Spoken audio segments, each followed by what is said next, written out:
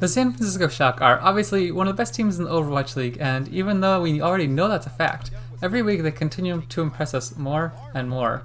And this week they came against the Philadelphia Fusion, who have a 60% map win rate this season, or team fight win rate this season, and the San Francisco Shock are right behind them at 57. But we're going to get into some of the things that make the San Francisco Shock great, and we actually already missed the first thing I want to talk about. So let's go back here a second. When we talk about the Shock, we have to talk about their individual talent. But I want to talk about their team play that makes them so great. It's so much individual talent, but think Sinatra retired, Super's on the bench, Moth on the bench, Architect went to the Spark, but they're still the best team in the league. Right here, look at the Shock setting up on the high ground.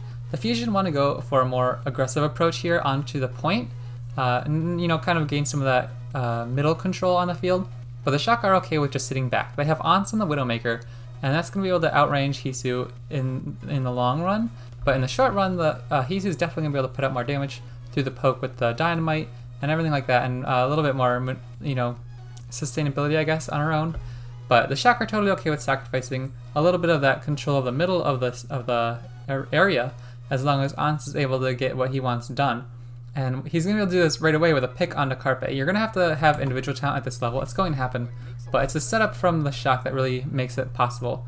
They're set up on this high ground so they can avoid some of that poke, and if there is poke done, they're going to be able to recover and heal up before Hisu can follow up, or even Carpe can dive the backline. And so that's going to allow opportunity here, as Ans knows Carpe's there, I'm sure, because Striker called it out.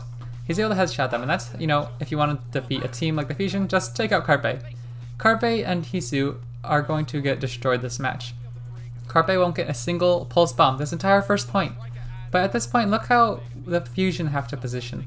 Choyobin and Smurf essentially shepherd and corral these guys into this little alleyway for the entire point. They never get out. And I don't even know if a Fusion member steps on the point this entire match.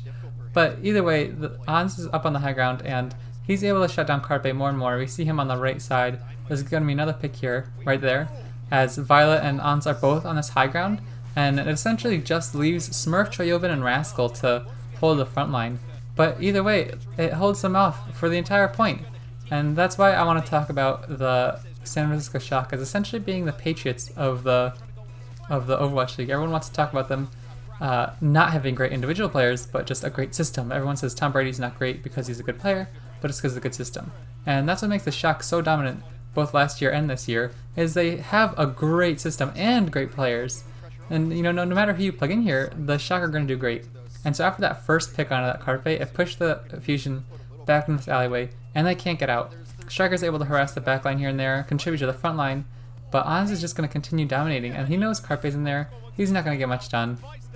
It's impossible for the Fusion to get much done with this, especially with some of the doubts going on about Boombox and Alarm. And there is a doubt, do you really want Alarm on the Brigida, where I feel like he's a great player, and it kind of limits his capacity to carry the team as much as he did when he was on that Baptiste. Obviously, Boombox is coming in because Boombox and Alarm are probably a bit better than what they had last week when Alarm was on the Baptiste. And I can't remember at the moment, it's jogging my mind, whoever else was on the Brigida didn't play that great.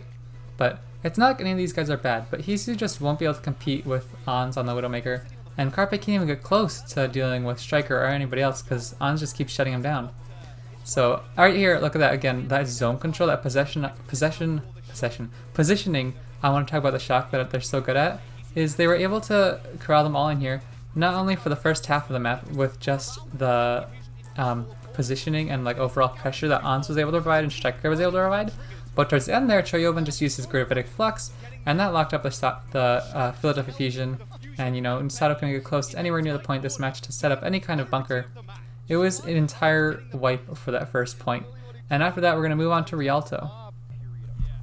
Next up on the Rialto, I want to discuss how good the Shock are at avoiding the poke and setting up their own space without giving any of the opponents the chance to develop their ultimate charge or even having to use many of their own resources. And so as we get into this, going to be on this first point, I want to skip forward a few seconds here. We see Ans and Striker are now going to be mirroring Carpe and Hisu. But look at this. So as they begin to push the cart, Philadelphia Fusion are set up in this high ground, and it's usually, a successful defensive position. It's kind of hard to push through all of Rialto. But either way, the Shock are going to push around this first corner with almost no poke being taken. Violet's able to get some of those little aerial angles, which isn't insane, but it's able to open up a little bit of space. And so as they come around here, the Fusion drop to set up for this corner fight, but instead the Shock just rotate inside, setting up Striker and Carpe to duel in the background while he distracts several of the Fusion members, and the Shock are able to take high ground through that window again now that the Fusion dropped down.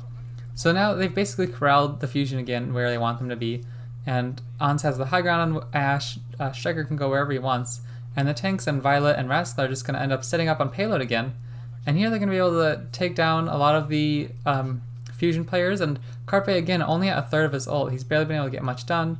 He's still a fair bit away from his Bob by the time he goes down, and it's going to set up a really great fight for the Shock. The Fusion will actually end up stabilizing here, which is crazy, but look how far away from the card at the moment. The fact that the Shock were able to position so well and just rotate around leaves the Fusion in a place where they have to rotate really far and kind of stagger to try to delay the payload, as the tanks are just pushing along super slowly. And it's crazy that Hisu was able to get back here and stall out for so long that it was enough for the rest of the team to get there. Like, I honestly thought they had the point. And even after Hisu goes down again, only getting like another 10% on his Bob, Choyobin actually does fall, which is going to be kind of like the domino effect for starting the Shock's fall back down.